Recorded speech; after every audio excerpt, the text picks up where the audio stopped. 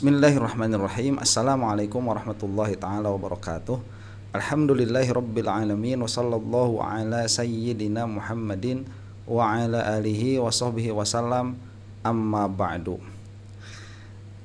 Pernah dibahas di dalam podcast Madilog ya, Forum Keadilan, mengenai kedajjalannya Jokowi. Itu ada Pak Hozinuddin ngobrol dengan hostnya mengenai permasalahan Jokowi ini. Jadi kenapa dia bisa dikatakan seperti itu? Dalam hal ini adalah Dajjal. Kalau saya sih memberi judulnya nanti mungkin sedajjal apa Jokowi itu ya. Ini karena kebohongannya dan kedustaannya itu amat sangat nampak terlihat, yang mana mengherankan kita itu tatkala kebohongan yang nampak seperti itu sudah sangat dibukakan, tapi kok orang-orang masih ada yang membela, malah masih ada yang tertipu dengan kebohongannya. Jadi kebohongan yang sudah nampak itu satu hal, kebohongan yang belum nampak itu hal lain. Nah, kalau Anda itu masih tertipu dengan kebohongan yang belum nampak, saya rasa itu masih ada sedikit kewajaran ya, meskipun menunjukkan itu tidak memiliki daya analitik yang kuat. Tetapi kalau masih tertipu dengan kebohongan yang jelas-jelas dia itu sudah nampak, ini adalah sebuah anomali dalam kehidupan manusia. Jadi dalam rentang waktu peradaban manusia sejak Nabi Adam, kalau kita ya, bukan sejak manusia purba tuh, itu mungkin tidak pernah ada orang yang dengan sukarela membiarkan dirinya secara ridho mengikuti seseorang pembohong di dalam kebohongan yang sudah jelas nampak kebohongannya. Nah, dalam hal ini kurang bukti apa kebohongan-kebohongan yang dikeluarkan oleh Joko Widodo itu dan pada akhirnya para pengikutnya. Nah, sehingga kalau di dalam suatu narasi disebutkan Dajjal, nah ini apakah sesuai atau tidak begitu ya. Ini nanti akan kita bahas. Cuman kalau kita lihat sendiri, Dajjal itu kan dari dal, jim dan lam. Itu kalau di dalam tafsir apa kemana saya baca itu ya, Asawi, di dalam Hasyiah Asawi alal Jalalain, itu maknanya adalah membohong. Jadi dia memakai sighah mubalaghah ya, fa'al. Jadi Dajjal itu yang amat sangat banyak kebohongannya, atau mungkin bisa jadi yang amat sangat tampak kebohongannya. Bagi siapa itu? Bagi orang-orang yang berpikir tentunya. Nah, Dajjal ini adalah satu terminologi yang dipakai di dalam teologi Islam menunjukkan kepada satu sosok begitu. Jadi bukan kepada simbol tapi kepada satu sosok, dan itu posisinya Ahlus Sunnah demikian. Memang Dajjal ini akan ada sosoknya itu yang sah disebut itu. Nah, cuman beberapa kalangan juga menisbahkan ini kepada satu simbol kebohongan yang besar. Makanya jika kita menjamu keduanya, kita akan menemukan pendapat bahwa Dajjal ini ada tentara-tentaranya. Nah, yang tentara-tentaranya itu disebut Dujjal. Jadi setelah disigot mubalaghahkan menjadi Dajjal, jadi fa'al, kemudian ditasghir ya, menjadi fu'ail, menjadi Dujjail. Nah, jadi kalau misalkan kita katakan apakah Jokowi itu Dajjal, saya rasa bukan. Karena matanya dua. Begitu, dan terkenalnya sih muslim, terkenalnya. Ya cuman itu malah lain hal begitu ya, saya tidak mau membahas itu dulu karena belum urgent membahas itu. Kita katakanlah Dujjal begitu ya. Apakah itu sudah cocok dikatakan demikian atau belum? Entah, nanti kita akan saksikanlah, karena ini bukan bukan pendapat yang keluar dari hasil analisa yang saya analisa begitu, tetapi akan keluar dari perkataannya ini. Yang berkata di sini adalah Pak Hozinuddin ya, kuasa hukumnya tim Roy Suryo selain Dr. Tifa kalau nggak salah. Ini kita saksikan saja. Lagi ke saudara Joko Widodo. Saya dengar itu, tapi kayaknya kita tidak akan membicarakannya di sini. Iya. Nah, yang terakhir yang satu tadi saya ingin tegaskan bahwa saudara Joko Widodo itu sebenarnya dia tidak siap untuk maju ke pengadilan. Oke. Saya tegaskan itu. Tidak siap ya? Tidak siap. Dan catat ya di Medilog ini, saya bisa memberikan keyakinan bahwa kasus ini nggak akan sampai ke pengadilan. Oke. Apakah bisa dikatakan bahwa sebetulnya Pak Jokowi takut kepada RR? Iya, Kalau takut. seberapa takut dalam penilaian Mas Oji? Sebentar, kita catat dulu itu ya, keyakinannya Pak Hozinuddin tidak akan sampai ke pengadilan. Karena ya Jokowinya harus hadir begitu. Apa Jokowi mau tuh hadir ke pengadilan kemudian dicecar pertanyaan oleh hakim? Entahlah, saya rasa nggak bakalan mau juga. Tapi nggak tahu, kalau saya tidak bisa memastikan dan tidak bisa memprediksi. Mungkin sih bakal ya, mungkin. Kalau bagi saya mungkin akan terjadi. Cuman nanti akan ada kekhususan, kayaknya si Jokowi tetap nggak bakalan datang. Nah itu membuktikan proses pengadilannya sudah terbeli nanti. Ya sederhana saja. Ketakutannya itu sudah sangat luar biasa sampai dia berusaha pertama membangun narasi soal pengadilan, yang kedua membangun tuduhan. Kan di ujung dalam diskusi itu dia katakan mustahil ini 4 tahun terus bergulir kalau tidak ada orang besar dan agenda besar. Saya tegaskan. Pertama, apakah dalam kasus ini ada? Iya, ada agenda besar. Apa? Agenda untuk mengungkap kepalsuan. Itu agenda besar. Agenda untuk mengembalikan kejujuran bangsa kita. Itu agenda besar. Agenda untuk apa? Menghilangkan legasi ijazah palsu dari negeri ini. Itu agenda besar. Ya, satu lagi menegakkan keadilan bagi presiden yang sudah mengacak-acak Indonesia selama 10 tahun.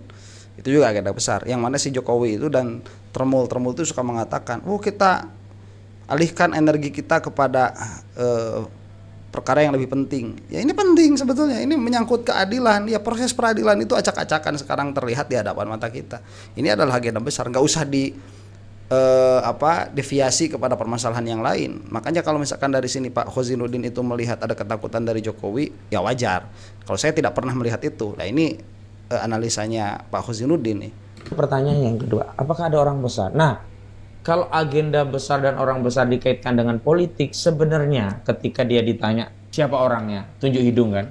Dia jawabkan, saya tidak menjawab, semua orang sudah tahu. Dulu bahkan saya sempat men-challenge Saudara Joko Widodo, apakah orang besar itu Pak SBY, Pak Aguan, apakah orang besar itu Antoni Salim, kan nggak dijawab juga. Artinya kalau dia juga kembali konsisten, dia kan selalu bernarasi dalam hukum acara pidana, siapa yang menuduh dia harus membuktikan. Sekarang kalau saya tanya balik, Anda yang menuduh ada orang besar, buktikan. Anda yang menuduh ada agenda besar, buktikan Saudara Joko Widodo. Kan nggak bisa juga dijawab. Ya betul, yang mana seharusnya demikian. Kalau konsistensi Jokowi itu mengatakan yang menuduh harus membuktikan. Dan tuduhan yang Jokowi layangkan ini adalah tuduhan di hadapan publik. Makanya kalau dia punya nalar yang konsisten, seharusnya dia juga membuktikan di hadapan publik siapa yang dia maksud. Dan katanya kan supaya kita ini memakai energi kita kepada permasalahan yang besar, tapi si Jokowi itu malah memakai permasalahan ijazah palsu ini ke dalam agenda politik supaya menguntungkan si Jokowi itu sendiri begitu. Jadi agenda besar itu maksudnya apa? Elektabilitas Jokowi tuh kalau dari kacamata Jokowi, dari apa yang kita baca. Ataukah tidak disebutnya nama itu sebetulnya sebuah tudingan, tetapi dengan tidak menyebut nama, tidak ada, katakan saja, tidak ada beban lah, atau tidak ada tidak ada resiko yang dia tanggung. Tidak ada keberanian pada akhirnya. Yang Pak Jokowi tanggung. Sebenarnya dia hendak mengalihkan sasaran objek kritikan publik dari objek yang ijazah ini, dialihkan kepada hal yang lain yang seolah-olah ijazah ini hanyalah manuver yang dijadikan kamuflase untuk menjalankan agenda besar. Sehingga nanti publik dianggap harus fokus kepada niat, dalam tanda petik niat jahat dengan agenda besar, agenda politik besar bersama orang besar. Padahal kan tinggal dikembalikan saja, kalau dia konsisten tinggal tujuh hidung biar kita bisa jelas juga agendanya siapa, yang dimaksud agenda politik itu apa, kan menjadi definitif begitu. Tapi sekali lagi memang dalam urusan ini saya mau menekankan memang Saudara Joko Widodo itu kesulitan untuk keluar dari kemelut ijazah palsu. Karena kekeliruan. Salah langkah gitu ya. Etis hukum yang digunakan dalam menangani persoalan ini. Jadi kan saya sering mendengar. Ya betul, pada akhirnya kan sudah ditunjukkan kemarin. Kalau mau menunjukkan dari awal itu selesai.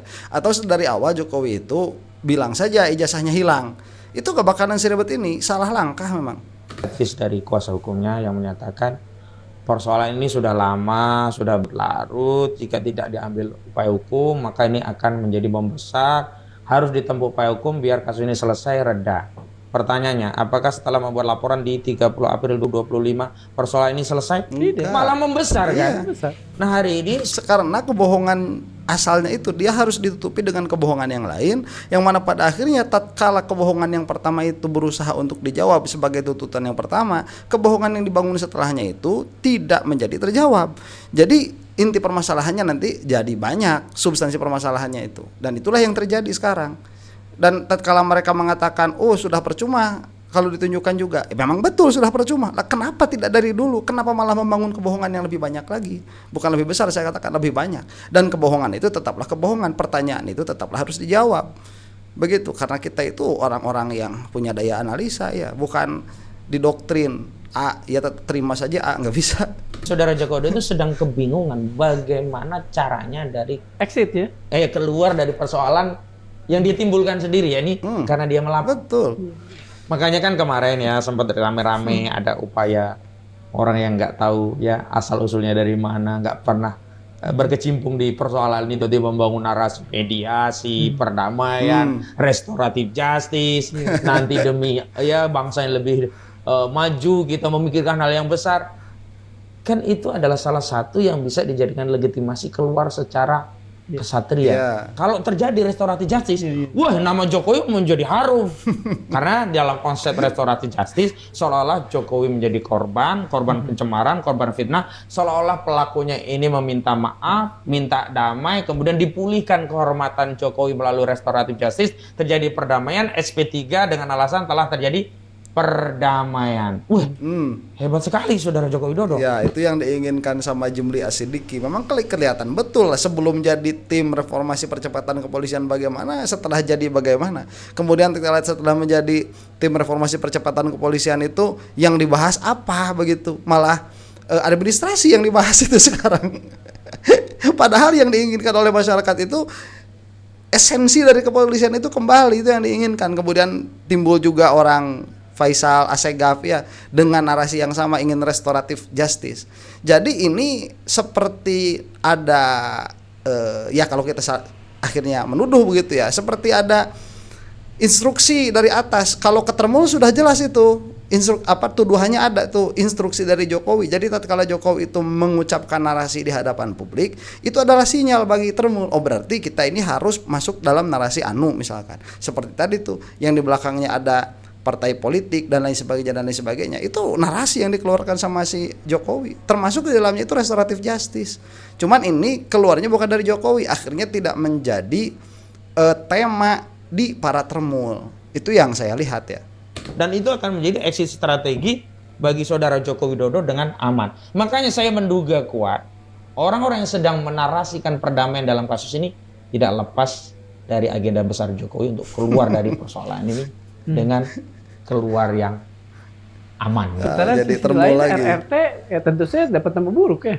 Oh iya, jadi saya sudah katakan kepada Pak Roy, Pak Risman dan yang lain, nggak ada opsi damai.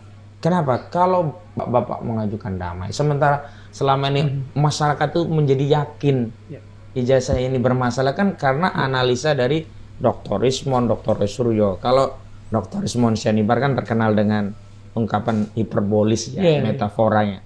11.000 triliun persen palsu ijazah Saudara Joko Widodo. Kalau Mas Roy kan karena Jawa. 99,9. Karena Jawa tuh kan ya agak halus lah, 99,9% palsu begitu kan.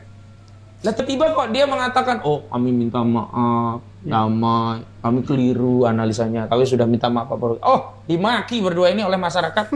Bukan sekedar dimaki, secara perdata mereka mati ya, mengalami kematian perdata iya, lah gitu. Iya, reputasinya habis. Reputasinya habis. Ya sebagai individu ya atau sebagai politikus, tapi sebagai peneliti ya tetap saja, karena penelitian itu pada akhirnya tidak penting bagi kita ya. Pada akhirnya nanti apakah Roy Suryo itu meminta maaf atau tidak, apakah ini selesai di persidangan atau selesai di meja mediasi, kalau untuk saya nggak penting. Kenapa?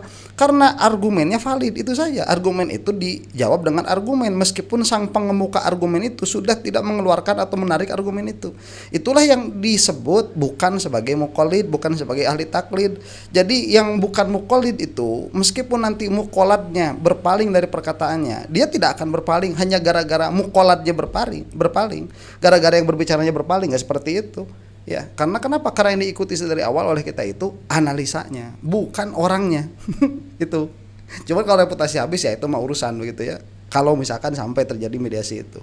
Habis. Bahkan kalau mereka ya kenceng sebenarnya Jokowi ini nggak berani. Kenapa? Karena kalau barang itu masuk di pengadilan, alih-alih ini akan membuktikan fitnah dan pencemaran, justru akan membuktikan ijazah itu palsu. Ya. Karena hari ini tuh sebenarnya yang ditunggu tinggal satu sebenarnya.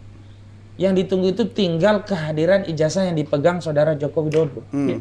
Karena semua analisa kalau dikatakan bahwa siapa yang menuduh atau mendalilkan dia membuktikan, loh klien kami Pak Risman Paroi itu sudah membuktikan banyak loh analisa. Ya, dari luar. Bahkan buku itu menjadi bagian dari bukti. Jokowi White Paper. Dan pemirsa di Madilog ya, Madilog di Suara Keadilan TV ini, Forum Keadilan TV. Saya tadi baru saja dapat izin bahkan diminta untuk mempublikasi bahwa file PDF Jokowi White Paper yang karya Dr. Rismon itu sudah boleh disebarkan secara bebas dan dipersilahkan untuk mencetak Free, sepanjang bukan untuk tujuan komersil. Free. Jadi nggak perlu beli lagi, free begitu dia. Oke, sebentar. Nah, yang ditunggu tadi yaitu ijazahnya Jokowi kan sudah keluar. Ini dibuat sebelum GPK itu ya, gelar perkara khusus. Nah, gelar perkara khusus sudah ada, kemudian dikeluarkan ijazahnya itu.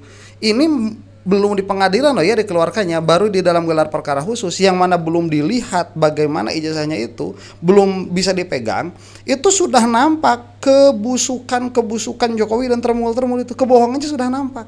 Padahal ini baru keluar di gelar perkara khusus, belum keluar di persidangan, yang mana ini pun masih belum boleh diteliti oleh pihak luar. Apalagi kalau sudah boleh diteliti oleh pihak luar, itu baru ijazahnya, apalagi dokumen-dokumen pendukungnya yang dikatakan sampai 500-700 dokumen itu.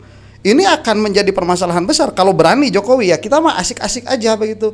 Kita mah nothing tulus kok. Kalau semua permasalahan yang dituduhkan kepada Jokowi itu akhirnya bisa terjawab, kita kan nerima, nggak jadi masalah begitu. Apa masalahnya? Kita nggak rugi apa-apa. Nggak rugi apa-apa kita itu sebagai penikmat politik misalkan begitu, atau sebagai katakanlah komentator apa itunya kita itu komentator bukan supporter. Ya, komentator itu mau gol ke sebelah sana ya teriaknya kenceng gol, mau gol ke sebelah sana juga kenceng teriaknya gol. Itu kalau main PS ya dulu ya. Nah itu apa susahnya kalau kita mah. Artinya apa? Memang komitmennya ingin membuktikan. Nah sementara saudara Joko Widodo kan sampai hari ini tidak pernah membuktikan. Yang ada dia meminjam otoritas untuk meyakinkan publik bahwa ijazahnya asli. Otoritas yang dipinjam pertama siapa? Kuasa hukum, gagal. Wartawan. Kedua wartawan gagal. Ketiga UGM gagal. Keempat bahkan yang tarik pakai penyidik. Terakhir kan penyidik Polda Metro Jaya menyatakan bahwa ijazah itu sah, sehingga mereka kemudian menaikkan status tersangka. Kan lucu, penyidik itu hanya mengumpulkan bukti, bukan mendeskripsikan bukti. Kalau mendeskripsikan bukti dan memberikan ketetapan atas bukti, nanti hakim di pengadilan dengan pertimbangan lalu menetapkan atau memutuskan. Iya, itu sudah abuse of power yang dilakukan oleh Polda Metro kemarin itu. Tapi apakah kemudian otoritas yang dipinjam oleh Jokowi untuk meyakinkan publik ijazah itu asli dipercaya? Alih-alih publik percaya, malah otoritas-otoritas ini mendapat kritik yang luar biasa. UGM misalnya. Terakhir kan Ova Emilia, rektor UGM membuat statement yang itu ya ditonton di atas 100.000 di kanal YouTube resmi UGM. Baca saja komentarnya, bagaimana tanggapannya. Mayoritas negatif. Gitu. Ya, dan saya bikin videonya itu viral terus itu ya. Pokoknya kalau Bova ngomong, saya bikin konten, ramai itu yang nonton udah ya. Makanya Bova ditunggu lagi komentarnya ya, karena konyol komentar Anda itu pada akhirnya. Dan banyak yang melihat kekonyolan itu. Entah kita itu sering mendeviasi kehidupan kita itu kepada permasalahan-permasalahan yang ada di publik. Jadi melihat kekonyolan seseorang itu merupakan sebuah hiburan. Makanya kenapa komedi itu dia menjadi hiburan, karena di dalamnya ada kekonyolan. Komedi itu kekonyolannya dibuat-buat, itu jadi bahan entertainment luar biasa. Apalagi kekonyolan yang terjadi secara organik, secara organik yang ada di masyarakat. Ini kan kita setidaknya jadi bersyukur, alhamdulillah kita tidak menjadi seperti itu. Itu ada. Jadi bahasanya bagus tadi, instrumen-instrumen yang dipinjam oleh Jokowi untuk meyakinkan publik ijazahnya itu asli. Nggak ada yang bener itu, nggak ada yang bener. Kemarin masuk sidang KIP gimana? KIP kan tidak dipinjam, sebagai instrumen untuk meyakinkan ijazah Jokowi. Mungkin di luar jangkauan Jokowi tadinya tidak berpikir akan sejauh itu. Tapi tatkala masuk ke KIP, habis itu sudah. Ya.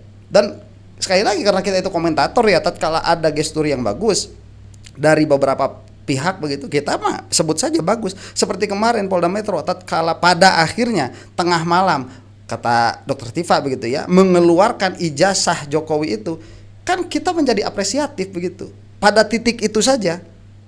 Cuman tidak menghilangkan pertanyaan kepada titik-titik sebelumnya, kenapa sebelumnya tidak ditunjukkan, kemudian kenapa ditunjukkannya itu tidak boleh dipegang, atau mungkin nanti kalau itu ada alasannya ya. Kemudian kenapa menyatakan asli padahal tugas penyidik itu bukan mendeskripsikan barang bukti tetapi hanya mengemukakan barang bukti saja. Itu kan permasalahan-permasalahan itu harus dijawab juga pada akhirnya. Karena apa yang terjadi di luar persidangan itu jauh, bukan di luar persidangan ya. Apa yang terjadi di Polda Metro itu jauh sekali dari prinsip-prinsip dasar yang dipelajari di kuliahan misalkan, atau prinsip-prinsip dasar hukum. Itu di luar jauh sekali. Makanya jadi pertanyaan dan harus dijawab. Tapi menariknya yang hari ini yang saya baca dari wawancara Saudara Widodo ya, rasanya Saudara Joko Widodo harus mulai menyadari dan menerima kenyataan bahwa dia tidak lagi menjadi magnet bagi masyarakat. Apa ukurannya? Saya tadi coba lihat ya di stasiun media yang menyiarkan wawancara itu sudah di 9 jam lebih, itu yang nonton baru 12-an ribu. Komentarnya 220-an lah. Nah, komentarnya mayoritas negatif juga. Artinya masyarakat juga udah nggak percaya gitu loh dengan ya berbagai testimoni, dan akhirnya Saudara Joko Widodo seperti apa ya, kalau dulu ada ungkapan itu seorang gadis yang memintal benang. Ya udah dipintal, habis itu diurai lagi. Bentar, ular lagi. Nggak selesai-selesai. Kayak rambutnya panjang digelung, dipintal, habis itu lepas lagi, diurai lagi. Karena dia sebenarnya sedang mengulangi apa yang dilakukan oleh Rektor UGM. Jadi kecuali ya dalam forum itu setidaknya sambil wawancara, lo punya aku. Ya betul. Itu hal yang baru begitu. Rame. Kalau tadi betul, dan pada akhirnya komentar-komentar terhadap perkataan Jokowi justru lebih banyak penontonnya daripada omongan Jokowi itu sendiri. Saya bikin video ya tentang wawancara Jokowi, itu yang nonton lebih banyak daripada wawancara Jokowinya itu sendiri. Ya. Waktu itu sih, nggak tahu kalau sekarang, mungkin nggak tahu kalau sekarang, saya belum lihat. Pada akhirnya iya, kalau sudah kehilangan magnet. Dikatakan bahwa Pak Jokowi memang takut pada persoalan ini. Lalu mengapa di wawancara kemarin dia mengatakan ini urusan kecil? Verbatim saya katakan, urusan kecil. Apa memang ini urusan kecil atau sebetulnya itu hanya hanya kilah? Saya kalau melihat sosok Saudara Joko Widodo itu sampai pada teori kebalikan. Jadi sen kiri belok kanan ya. Apa yang di statementnya disampaikan Saudara Joko Widodo itu kita ambil kesimpulan kebalikannya. Kalau dia anggap besar berarti kecil, kalau dianggap kecil berarti besar. Jadi saya ingat huru-hara akhir zaman itu kan ada dikabarkan nanti akan ada dajjal gitu ya. Kalau dia tawarkan air itu api. Gitu. Karena begini. Oke. Oh di sini berarti keluar judulnya itu ya. Belok kiri. Sen kiri, belok kanan, tawarin air berarti api. ya, oke. Ini bagus ya, saya baru dengar soalnya. Dan kalau belok kiri, sen kiri, belok kanan itu banyak di kolom komentar. Ya itu ya, nawarin air, keluarnya api. Kita akan janjikan 10 juta lapangan pekerjaan. Yang ada apa? Pemecatan begitu. Ya. Oke, kalau sudah sampai kesimpulan seperti itu ya sudah, dujel itu udah, dajjal udah ya. Dujel lah saya katakan sekali lagi. Kalau kesimpulan itu memang benar ya, semua perkataannya itu demikian. Cuman kalau saya tetap sih mau ada di dalam analisa per poin saja begitu ya. Makanya saya juga kadang-kadang kena kritikan sama komentator tuh. Karena dalam beberapa permasalahan saya tidak bisa terus-menerus mengkritik begitu ya. Kalau memang analisanya benar ya, pihak termul sekalipun harus saya katakan benar. Kita lanjutkan dulu. Sederhana saja, kalau itu emang kecil tidak perlu berlarut. Dan dia bisa menyelesaikan sendiri, tak perlu sewa pengacara, tak perlu pinjam otoritas UGM dan seterusnya. Tapi mengapa metafornya harus dajjal? Untuk memudahkan gitu. Ya. Memudahkan karena begini, orang kalau bicara dajjal itu langsung paham, dajjal gitu. Tapi kalau tadi saya sebut sen kanan belok kiri, ada sebagian yang paham, ada yang ada yang enggak gitu. Metafora itu saya sering menggunakan analogi metafora untuk memudahkan orang mengindra persoalan sampai pada sebuah kesimpulan. Sederhana ya Kang Darso, ini sekedar tambahan ya. Jadi bukan 1000 bagi 10 berapa? Bukan metafora dajjal ini untuk orang tertentu, Oh, bukan. Oke. 1000 bagi 10 berapa? Clear. 10. Ayo saya sebut 1000 bagi 10 100. Nah, 100 bagi berapa? 10. Nah, yang begitu kan, kadang-kadang kalau langsung kan tadi ada salahnya. Iya, Tapi ketika sederhana, padahal kan sama substansinya. Sama seperti kemarin ketika ada yang mempersoalkan tentang sumbernya. Apa yang diteliti? Saya menggunakan analogi begini, orang Arab itu kan meyakini ada unta lewat dengan melihat jejaknya. Dia nggak ngelihat untanya, dia ngelihat jejak unta. Oh, adanya jejak kaki unta, berarti ada unta.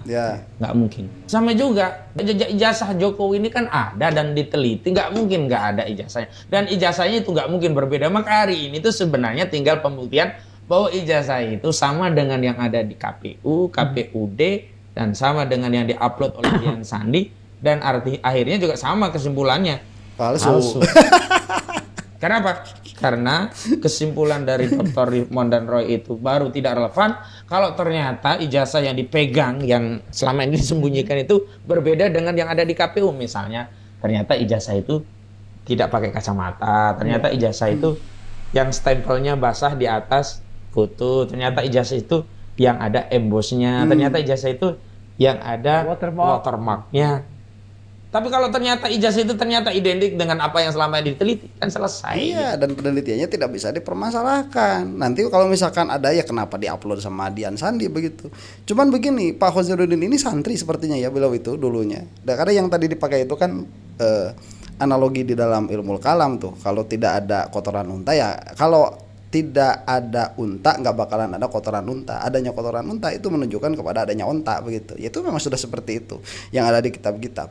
Dan kalau misalkan Jokowi ini memang ijazahnya asli, kan jejak-jejak yang menunjukkan ke sana sebenarnya tidak ya. Begini pola pikirnya itu. Jadi kalau misalkan jejak-jejak yang ada ini dia konsisten, maka ijazahnya itu sudah pasti asli ya. Kalau ijazahnya asli, ini belum tentu jejak-jejaknya itu ada ya, karena bisa jadi hilang dan lain sebagainya. Cuman kalau jejak-jejaknya ini konsisten, maka ijazahnya itu pasti asli. Nah, kita kan mengurut dari jejak nih ya. Kalau kita mau menjadi peneliti yang asli, kita bukan beranjak dari keyakinan dulu. Saya yakin di sini ada unta, therefore saya harus mencari adanya kotoran unta. Tidak seperti itu. Itu bukan peneliti yang baik begitu. Peneliti yang baik itu dia melihat dari jejaknya dulu.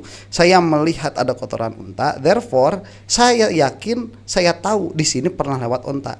Nah, yang jadi permasalahan kan begini, kita jangan lihat dulu ijazah Jokowinya seperti apa. Cuman di sini kan kita melihat ya, bahwa misalkan orang yang diakukan sebagai dosen pembimbing Jokowi menolak dia sebagai dosen pembimbing. Therefore, kita lihat salah satu di antara keduanya ini berbohong. Kalau tidak Jokowi yang berbohong, ya kemudian berarti Pak Kasbujo yang berbohong. Kalau tidak Pak Kasbujo yang berbohong, berarti Jokowi yang berbohong. Nah, kalau Jokowi yang berbohong, berarti ijazahnya sudah palsu. Kalau misalkan Pak Kasbujo yang berbohong, berarti apa? Ada pendusta di UGM. Begitu, atau ya sudah keluar dari UGM. Itu pendustanya. Nah, ini kan harus dibuktikan dulu. Dan Jokowi tidak pernah membahas itu sama sekali. Pada akhirnya itu tidak menjadi pembahasan. Cuman kita sebagai publik melihat apa urgensinya Pak Kasbujo itu sampai berbohong seperti itu. Makanya kepercayaan kita datang kepada Jokowi yang berbohong. Dikuatkan lagi dengan tadi kebiasaan-kebiasaan. Emang baru sekarang itu Jokowi berbohong? Kan enggak. Sering itu. Nah, kalau misalkan seseorang itu sudah sering berbohong, jangan salahkan publik. Kalau tidak ada kesikohan, perkataannya pada akhirnya tidak dipercaya. Udah teriak-teriak ada serigala, meskipun benar ada serigalanya, orang-orang nggak percaya. Ya jangan salahkan kita begitu. Ya, kenapa? Suruh siapa dari awal banyak berbohong. Nah itu, mudah-mudahan kita semua ada dalam maghfirah Allah Subhanahu wa taala dan dijauhkan dari dajjal-dajjal meskipun yang kecil ataupun yang besar. Wallahu taala a'lam bishawab. Assalamualaikum warahmatullahi taala wabarakatuh.